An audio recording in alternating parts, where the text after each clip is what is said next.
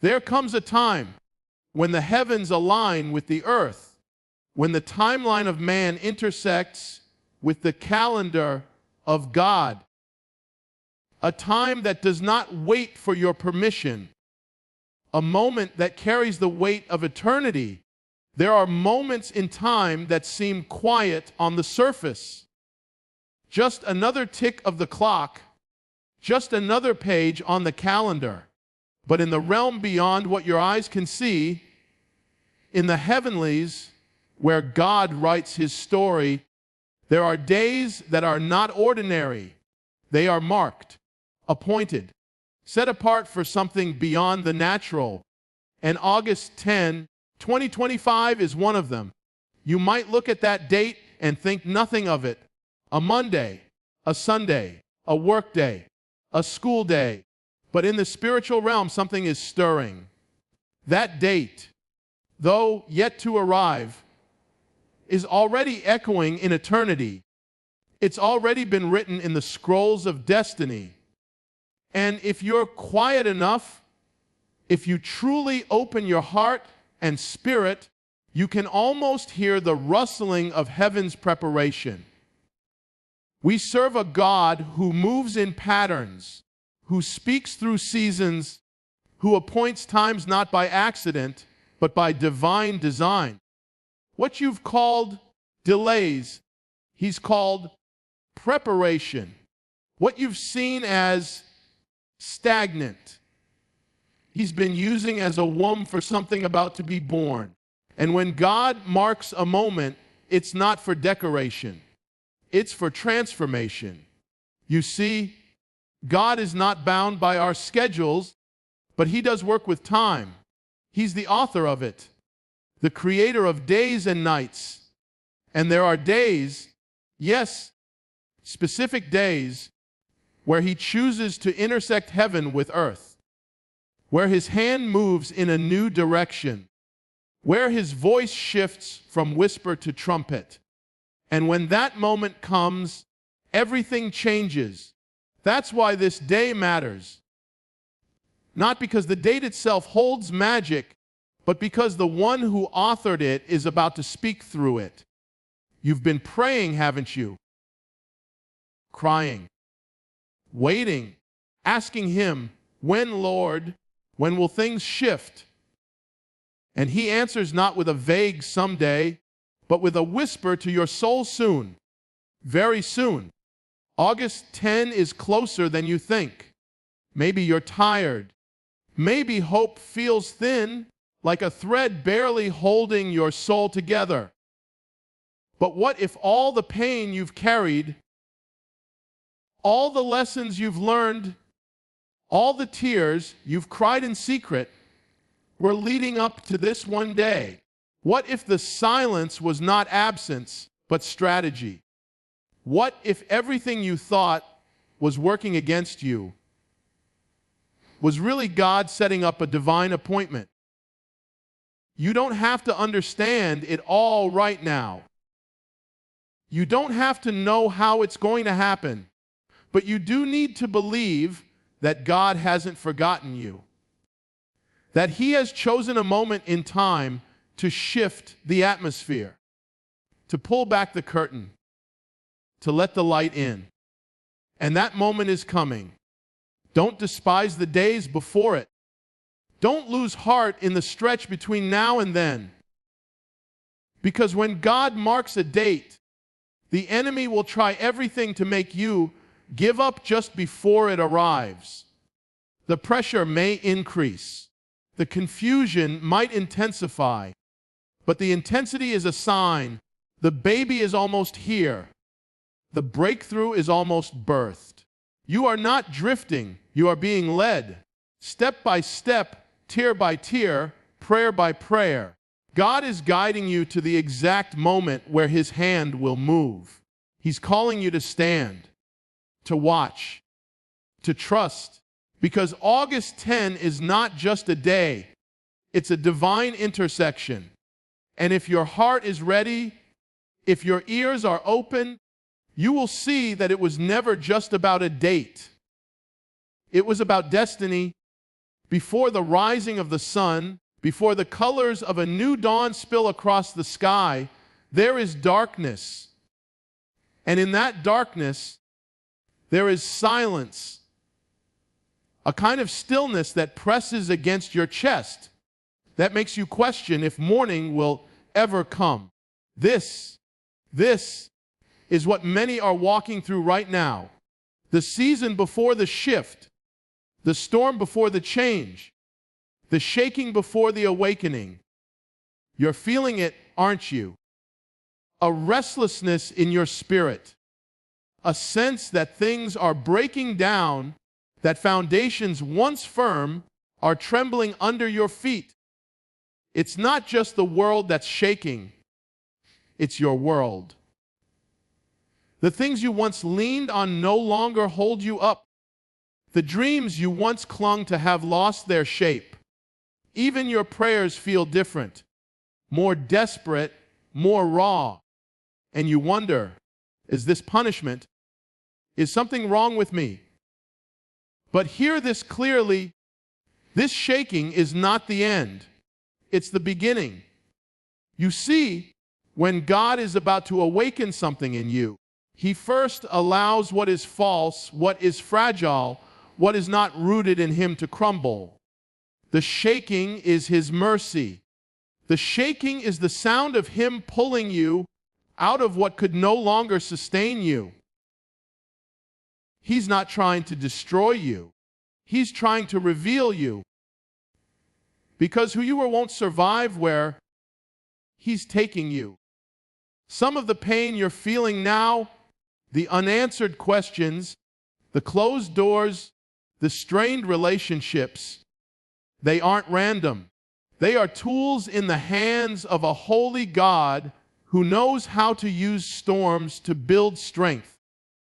He knows how to take what breaks your heart and use it to purify your spirit. And He knows that before the light comes, something has to die in the dark. God is shaking you, not because He's distant, but because He's close. So close. And when He comes near, everything that is not of Him begins to tremble. Everything that you've built without Him starts to fall. Not to punish you, but to prepare you. And He's not just shaking individuals. He's shaking families, churches, nations. The idols of comfort, of control, of pride, they are being torn down. What you once found identity in is being removed, so you can find it in Him alone. This is not a season to fear. This is a season to wake up, because awakening never begins in comfort. It begins when God disturbs the sleep, when He stirs the soul that has settled, when He disrupts the plans we made without Him. You asked Him to take you deeper. You asked Him to make you stronger. You asked Him to fulfill His purpose in your life. But did you expect Him to do it without shaking everything around you first? The shaking may feel like a curse, but it's the very proof that God is moving. He is not letting you stay asleep. He is not letting you settle. He is not letting you miss what He has ordained for you. So yes, the shaking is real. The tears are real. The confusion is real. But so is His promise. Yet once more I will shake not only the earth, but also the heavens, so that what cannot be shaken may remain. Hebrews 26:27. What cannot be shaken is your calling. What cannot be shaken is His presence. What cannot be shaken is the promise He's spoken over your life. So hold on. Hold fast. Because after the shaking comes the awakening. After the breaking comes the building. After the night comes the morning. And when August 10 arrives, you will see why the shaking was necessary. You will understand why things had to fall apart, so the right things could finally fall into place. There comes a point in your journey When God looks at what you're carrying, what you're clinging to, and gently whispers, "You can't take that with you." Not because he wants to punish you, not because he wants to deprive you, but because what lies ahead requires clean hands and a surrendered heart. He knows what you don't. He sees what you can't. And what he has planned for you after August 10 will not survive the weight of what you're still holding on to. Some of the things you're clutching feel like survival. Old habits, comfortable patterns, relationships rooted in fear, identities shaped by the past. You've carried them so long they've become part of who you think you are. But God sees them as anchors, not roots. And before he can lead you into a new beginning, he has to help you let go of what was never meant to stay. You can't step into a new season with the chains of an old one still wrapped around your soul. Some of the things you love are the very things keeping you from freedom. It hurts to hear, I know. Letting go isn't easy. It feels like loss. It feels like breaking. But what if that breaking is actually birthing something sacred? God is not asking you to surrender what is holy. He's asking you to surrender what is hollow. That bitterness you've been feeding. That secret addiction you think no one sees. That toxic friendship you keep justifying. That fear that you've given more attention to than your faith. He's asking for it. Not because he's cruel, but because he's preparing you. You see, everything that is not aligned with his purpose must fall away before the shift comes. Not as punishment, but as protection. He's protecting the destiny he placed inside of you. He's guarding the promise he wrote over your life long before you ever took your first breath. But to enter the promise, you must lay down the counterfeit. This is the pruning season, the refining fire, the holy invitation to surrender what is good so you can receive what is God. And that's hard, because some of what you're holding on to once served a purpose. Some of it helped you survive. Some of it brought you comfort in a season of loneliness. But what served you then may be suffocating you now.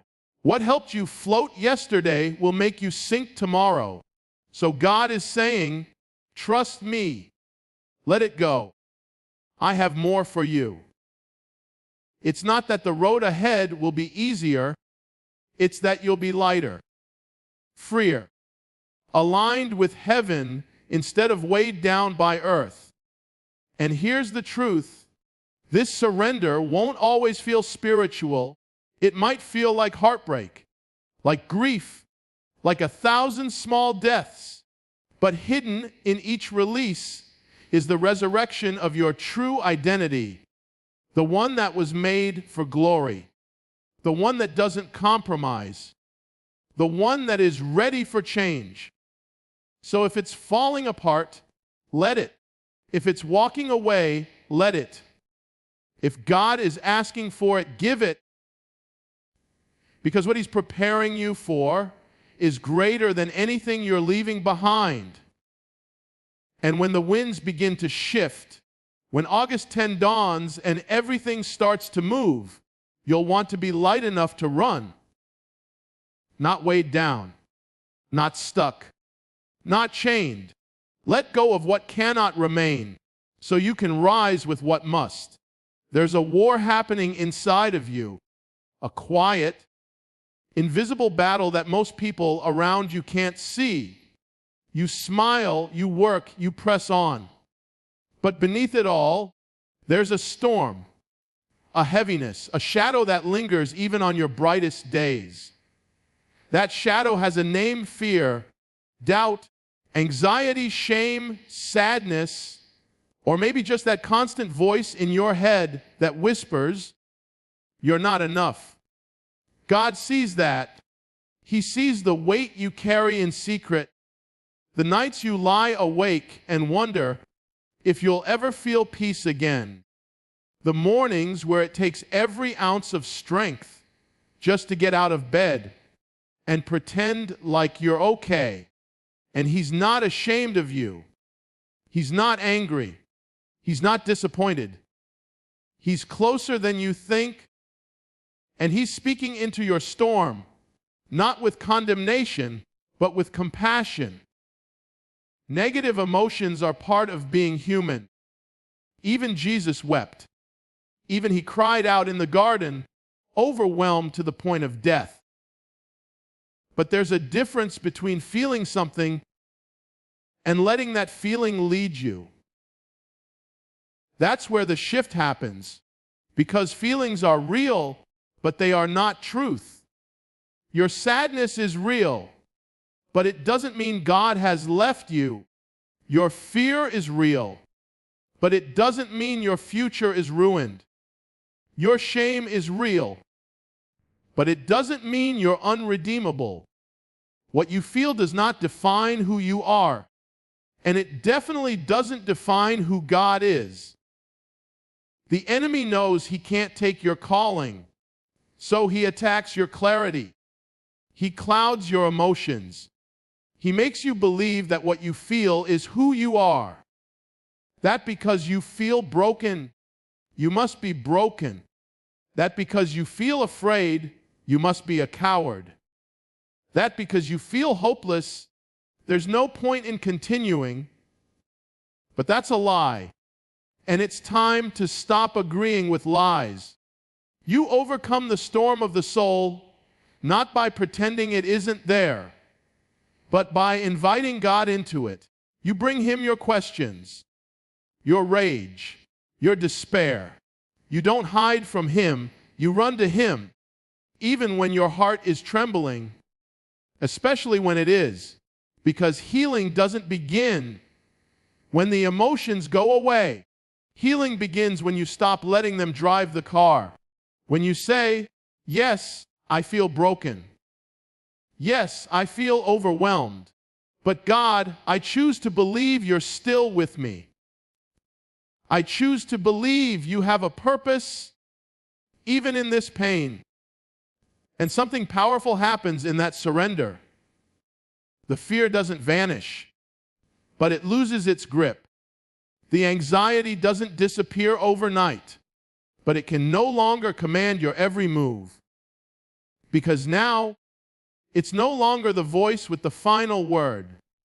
God's word is. This is the season where you take your soul by the hand and lead it. You tell your heart what's true.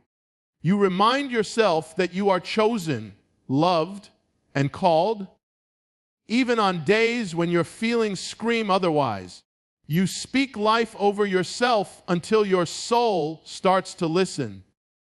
And every time you choose truth over fear, every time you praise instead of panic, every time you show up even when your emotions say, "Stay down," heaven rejoices. Because that's faith, that's warfare, that's how you win. You don't have to wait until August to fight this battle. You can start now, because when that day comes and God begins to shift things around you, you won't be ruled by your emotions anymore. You'll be ready, rooted, focused. Not because the storm stopped, but because you learned how to stand in it. God is not asking you to be perfect. He's asking you to be honest, to be open, to be willing. And in exchange, He's offering peace that passes understanding, strength in weakness, and joy, not the kind that depends on circumstances, but the kind that rises in spite of them. So today, feel what you feel, but don't let it rule you. Let God rule you. And watch how the storm begins to quiet, not just around you, but within you. There's a sound in the Spirit that most people will never hear, not because it isn't loud enough, but because their hearts are too full of noise, too distracted, too numb, too buried in survival to sense the supernatural. But the sound is there, it's been there, and it's growing louder.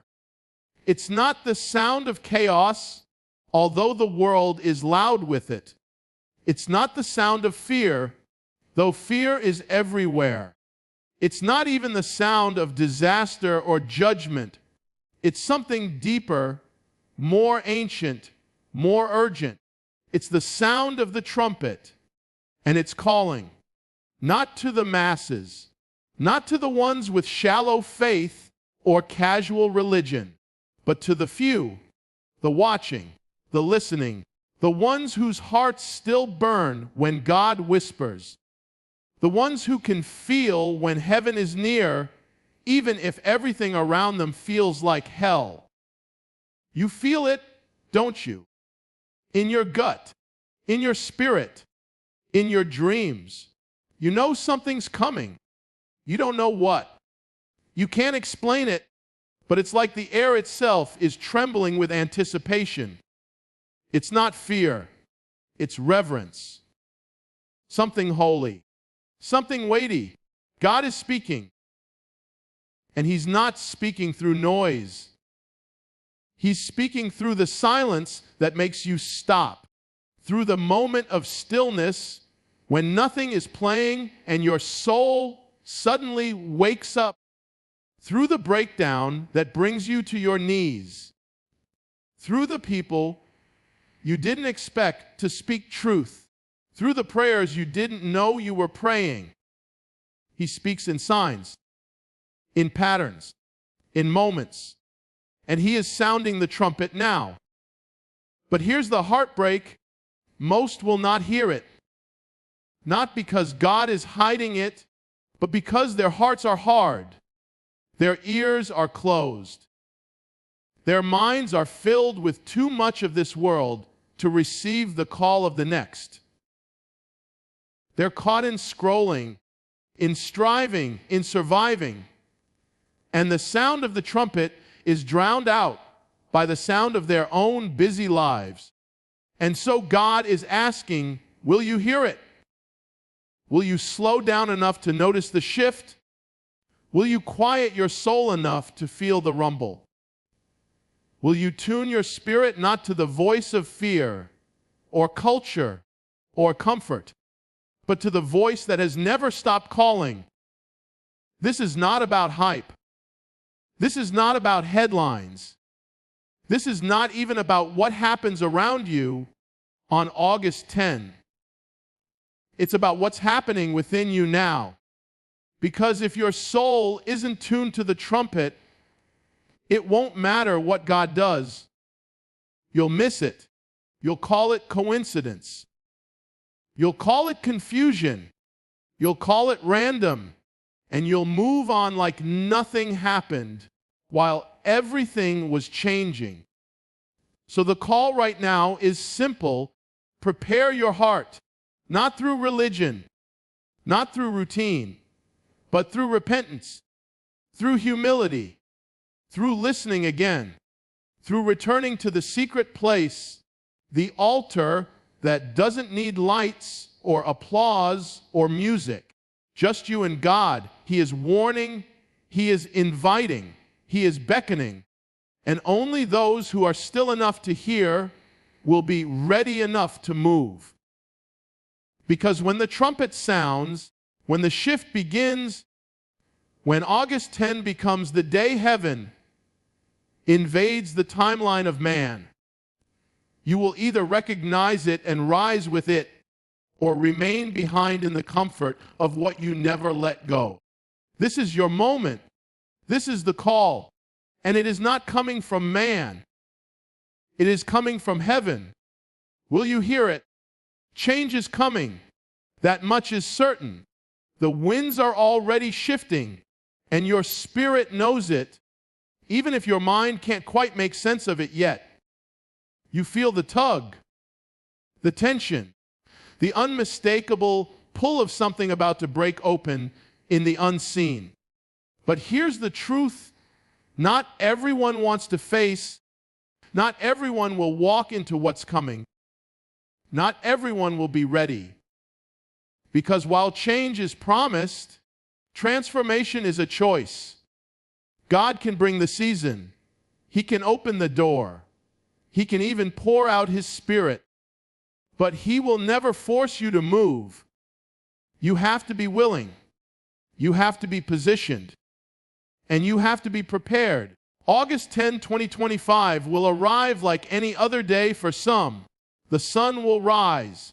The clock will tick. The world will spin. But for others, it will feel like something cracked open in the heavens. Like a veil lifted. Like something long prayed for is finally breaking through. The difference won't be in the atmosphere. It'll be in the alignment, because only the ones who have yielded, who have allowed God to refine them in the fire, to strip them of what no longer belongs, to teach them how to walk in quiet obedience when no one's watching. Only those will step into the new. This is the part that hurts, not because God is cruel, but because He is holy. He's not casual about what He's about to do. He's not playing games with your calling. If you want to see the fullness of what He's prepared, you have to surrender the fullness of who you are. There is no halfway in revival, no halfway in breakthrough, no halfway in becoming who you were created to be. Some are waiting for change to fall on them like rain. But rain doesn't fall where there are no clouds. Fire doesn't fall where there's no altar. Glory doesn't fall where there is no hunger. You have to prepare the ground. That's your part. That's your assignment. If you've felt pressed, stretched, uncomfortable, good. That's the preparation. If you've been asked to let go of things that once felt essential, good. That's the cleansing. If you've been walking through a wilderness that seems endless, praise God, because that's where transformation begins. Don't envy those who seem comfortable. Don't compare your private stretching to someone else's public peace. You don't know what they're being prepared for. You don't know what they've forfeited because they refused to be uncomfortable. You only know what God is doing in you. And that's where your focus must remain. There will be people who miss it, who stand at the edge of the promise and turn back because it costs too much, who hear the sound of change but decide to stay where it's safe. And it will grieve you. It will break your heart. But you must go forward anyway, because God is not calling everyone to the front lines. But He's calling you. He's calling you to burn brighter, to love deeper, to believe again. He's calling you to walk with courage when others run in fear, to speak truth when it's costly, to stand alone if you must, knowing He is with you. So when August 10 comes, and it will, some will watch it pass as just another day. But others will know. They'll feel the shift. They'll step through the door they've been preparing for all along. Be that person. Be the one who said yes when it cost something. Be the one who stayed on the altar. Be the one who walked into the fire and came out shining, because everything will change, but only for the ready.